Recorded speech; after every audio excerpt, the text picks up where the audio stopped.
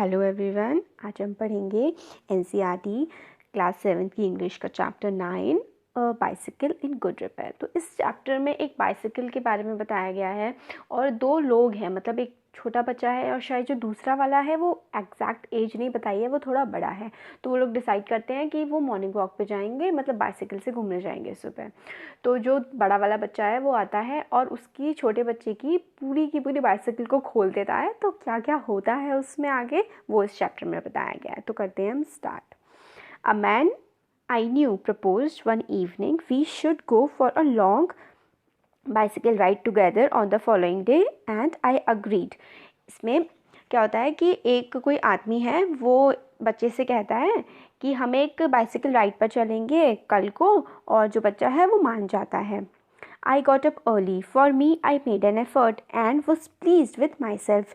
तो वो जो बच्चा होता है वो खुश होता है इस बात से कि वो सुबह उठ गया है।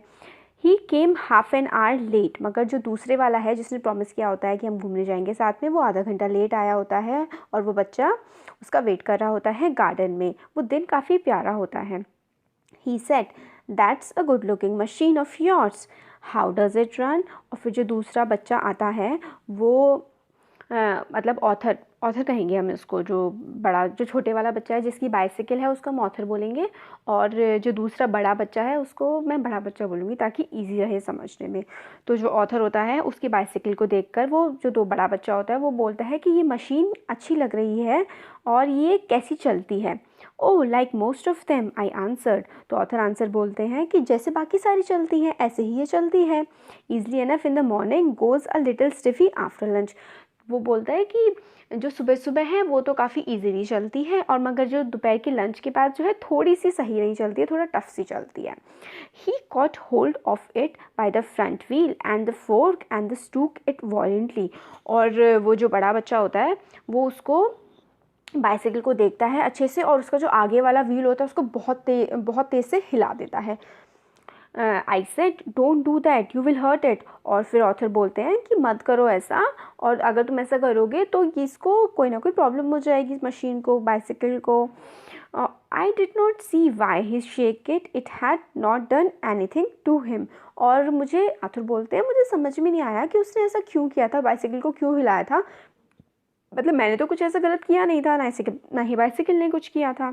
Beside if it wanted shaking, I was the proper person to shake it. और अगर बाइसिकल को शेक भी करना है तो वो मेरी बाइसिकल है और मैं उसको शेक करूँगा, कोई और क्यों करेगा, ऐसा कहते हैं author. I felt much as I should had he started walking my dog. और मुझे ऐसा लगा था जैसे कि वो मेरे डॉग को इस तरीके से हिला रहा है। फिर उसने कहा ये फ्रंट व्हील जो है ना ये थोड़ा सही सा नहीं है, वॉबल कर रहा है, मतलब इधर उधर ऐसे ही घूम रहा है। फिर मैंने कहा कि नहीं, मुझे तो ऐसा नहीं लग रहा, ये वॉबल कर रहा है। फिर ये वॉबल नहीं है, as a matter of fact not worth calling a wobble. वो कहता है कि ऐसा मतलब वॉबल नहीं कर रहा है मगर कुछ सही भी नहीं है। He said this is dangerous, have you got a hammer? I ought to have been firm but I thought that perhaps he really did know something about the business. तो क्या होता है, जो ऑथर होता है वो फिर मतलब जो बड़ा वाला बच्चा होता है वो कहता है कि ये इस तरीके से साइकिल का जो वॉबल करना है, हिलना है आगे वाले टायर का, ये बिल्कुल भी सही नहीं है, ये बहुत ज़्यादा डेंजरस हो सकता है। क्या तुम्हारे पास कोई हथौड़ा है? और अगर है तो दे दो, मैं इसको सही कर दूंगा तुम्हारे लिए। तो ऑथर को लगता है कि हो सकता है इसको ज़्यादा पता हो इस चीज़ के बारे में, तो ये क्या पता मेरी साइकिल जो प्रॉब्लम हो रही है वो ठीक कर दे। तो फिर जो ऑथर हैं वो अंदर की तरफ चले गए, वो टूल बॉक्स ले आए जिसमें सारी की सारी चीज़ें थी। और जब वो वापस आए तो उन्होंने देखा कि जो वो बच्चा है बड़ा वाला, वो उनकी साइकिल का जो व्हील है उसके दोनों पैरों के बीच में है, और उसने काफ़ी हद तक उसको निकाल दिया है और उसके साथ कुछ खेल रहा है, अपनी फिंगर से उसको घुमा रहा है। और जो बाकी की साइकिल जो बची हुई है वो साइड में को पड़ी हुई है रास्ते के बीच में। He said, It looks to me as if the bearing were all wrong। फिर वो कहता है मुझे लगता है ये जो साइकिल का बियरिंग है ना ये बिल्कुल ही गलत है। I said, Don't you trouble about it anymore. You will make yourself tired. Let us put it back and get off।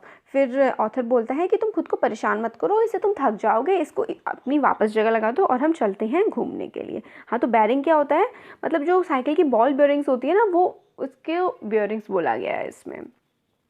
फिर वो कहते हैं we may as well see what is the matter with it, now it is out. फिर जो बच्चा होता है वो कहता है कि अब हम देख ही लेते हैं, जब भी हमने इसको बाहर निकाल ही दिया है कि इसमें प्रॉब्लम क्या है। और वो मतलब इस तरीके से बोलता है जैसे कि जो उसका व्हील है वो बहुत ही मतलब गलती से निकल गया हो और उसने जानबूझ के ना निकाला हो। Before I could stop him, he has unscrewed something somewhere and out rolled all over path some dozen or so little balls। और जब तक कि ऑथर जो है अपनी साइकिल के बारे में कुछ कह पाते, उससे पहले ही उन्होंने इतनी सारी चीज़ों को मतलब सबके बोल्ट वोल्ट निकाल दिए जो कि इधर उधर फैल गए थे। और फिर बोलते हैं कि ये जो है ना मतलब बॉल्स हैं, ये जो बॉल हैं जो रोल हो रही है इधर उधर, इनको मतलब खोने मत देना, अगर ये खो जाएंगे तो थोड़ी दिक्कत हो जाएगी।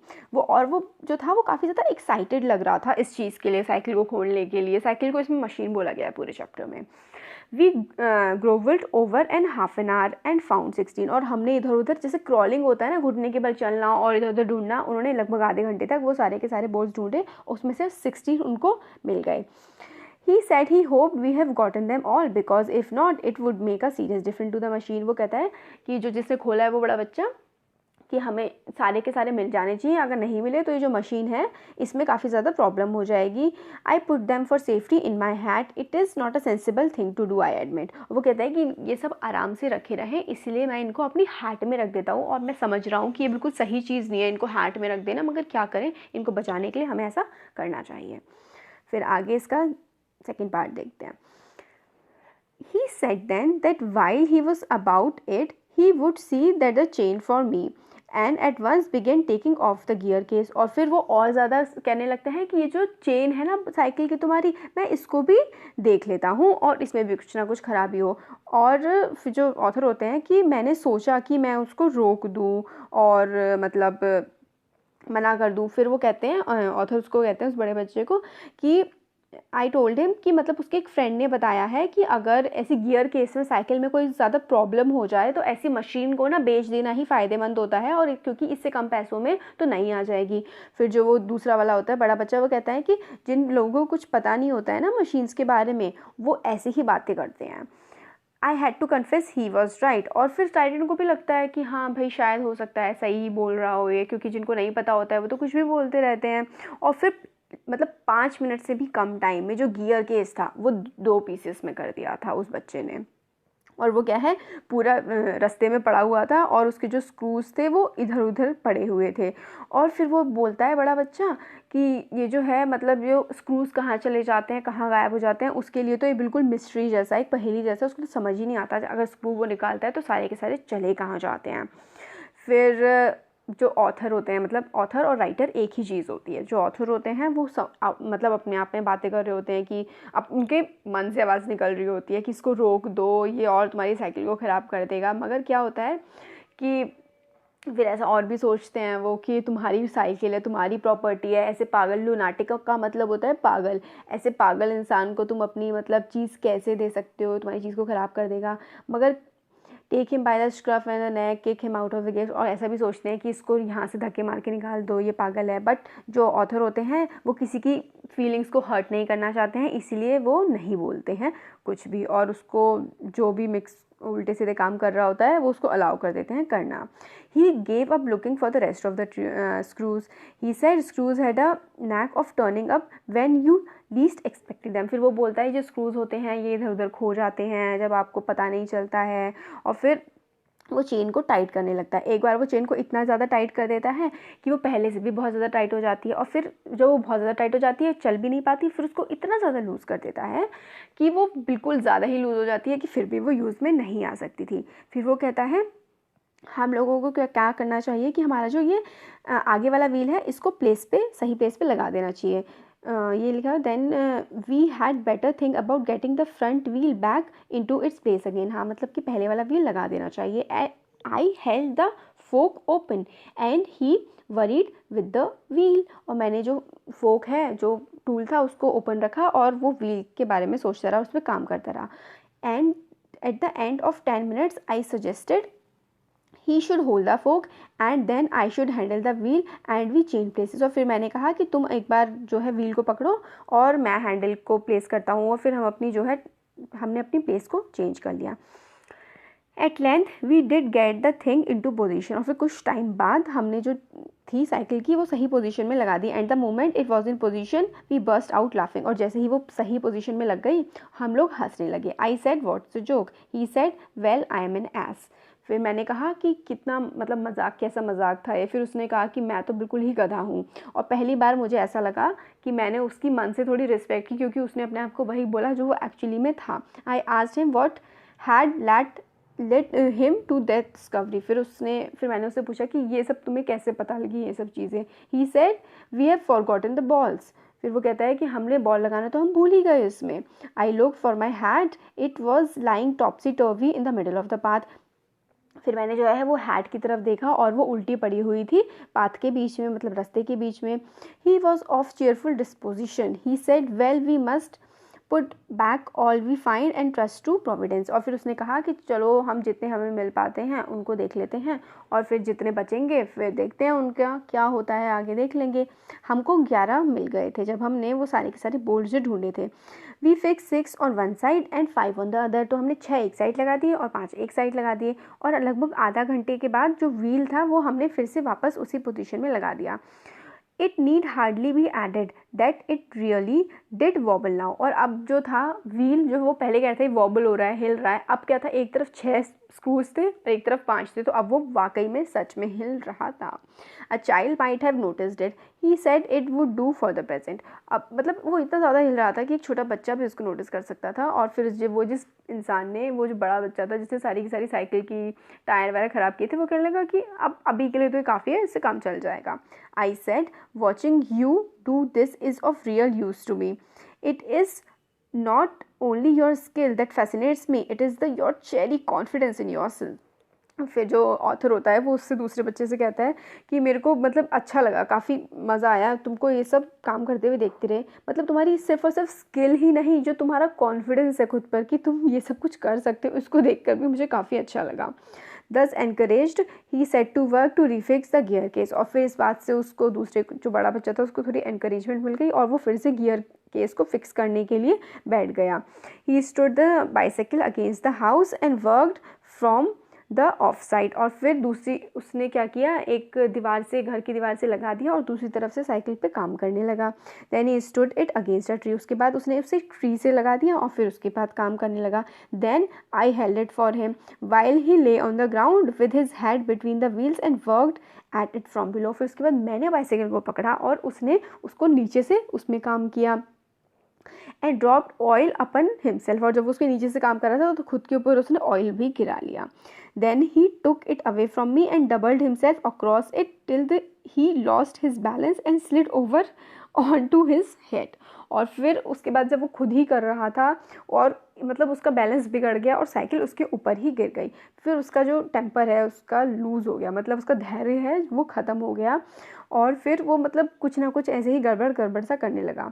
The bicycle I was glad to see showed spirit. और फिर मतलब मेरे को ऐसा लगा, जो ऑथर कहते हैं कि बाइसिकल ने थोड़ी सी स्पिरिट दिखाई और मतलब and the subsequent proceedings degenerated into little else than a rough and tumble fight between him and machine. और फिर मतलब ऐसा लग रहा था जैसे कि बाइसिकल और वो जो बड़ा बच्चा था वो आपस में लड़ रहे थे कि मैं मतलब कुछ नहीं होने दूंगी। बाइसिकल ऐसा कह रही थी और वो बच्चा कह रहा था कि मैं तो करके ही छोड़ूंगा। इस टाइप की उनमें कुछ बहस और लड़ाई हो रही थी, ऐसा लग रहा था देख करके।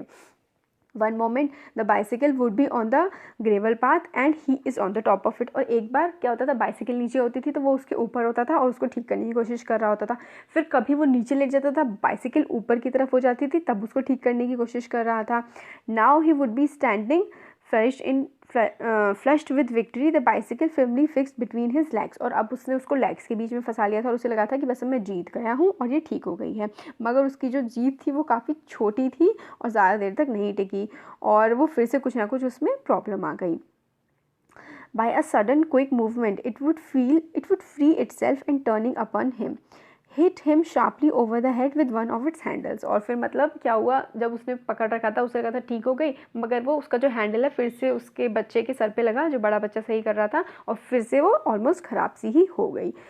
फिर क्या होता है देखिए, जैसे कि इसमें ये इरिटेट हो गया, उसके ऊपर चढ़ा हुआ है, ऐसे ही वो कुछ काम कर रहा होता। At 1:15, dirty and disheveled, cut and bleeding, he said I think that will do and rose and wiped his brow. और फिर उसके बाद मतलब वो काफ़ी ज़्यादा कटी हुई थी और गंदी हो चुकी थी, और वो बच्चा भी मतलब ब्लीडिंग वगैरह होने लगी थी, उसको भी काफ़ी ज़्यादा काम कर लिया था। उसने कहा कि अब मुझे लगता है ये बाइसाइकिल जो है ना ये ठीक हो गई है, अभी चलने लायक हो गई है। और उसने अपनी ब्रो भी ऊपर को उठाई। Bicycle looked as if it also had enough of it. और मतलब बाइसाइकिल को देख के भी ऐसा लग रहा था कि अब बाइसाइकिल भी इससे ज़्यादा और नहीं झेल सकती है। Which had received most punishment it would have been difficult to say. और मतलब उसने बाइसाइकिल ने भी इतना ज़्यादा बेचारी ने पनिशमेंट झेल लिया होता था उस टाइम तक कि और ज़्यादा उसको नहीं दिया जा सकता था। I took him into the back kitchen where so far as was possible he cleaned himself and then I sent him home. फिर मैं जो वो बड़ा बच्चा था उसको बैक की तरफ ले गया किचन की साइड पे, जहाँ पे उसने खुद को जितना हो सके साफ़ किया, और फिर मैंने उसको वापस घर भेज दिया। तो हो गई हमारी स्टोरी कंप्लीट। तो इसमें बेसिकली ये है कि एक होता है एक बच्चा, और मान लीजिए एक दूसरा बच्चा होता है जो थोड़ा शायद बड़ा होता है, उससे कुछ नहीं बताया गया इसमें कि एक्चुअली में है क्या। तो वो आते हैं कि उनको मॉर्निंग वॉक पे जाना है साइकिल से, तब साइकिलिंग करेंगे वो सुबह। तो दूसरे वाला जो बच्चा होता है वो कहता है कि तुम्हारी साइकिल में प्रॉब्लम है और मैं इसे ठीक कर दूंगा, और वो ठीक करने के बजाय उसकी साइकिल पूरी तरीके से अच्छे से ख़राब कर देता है, पूरी खोल के और सब कुछ तोड़ फोड़ करके मतलब कर देता है, और कुछ होता नहीं है, वो भी थक जाता है और साइकिल तो ख़राब हो ही गई। तो यहाँ पे हो गया हमारा चैप्टर कंप्लीट। आपको कैसा लगा कमेंट सेक्शन में कमेंट करके बता सकते हैं। अच्छा लगा तो लाइक करिए वीडियो को और चैनल को सब्सक्राइब करिए। Thank you so much.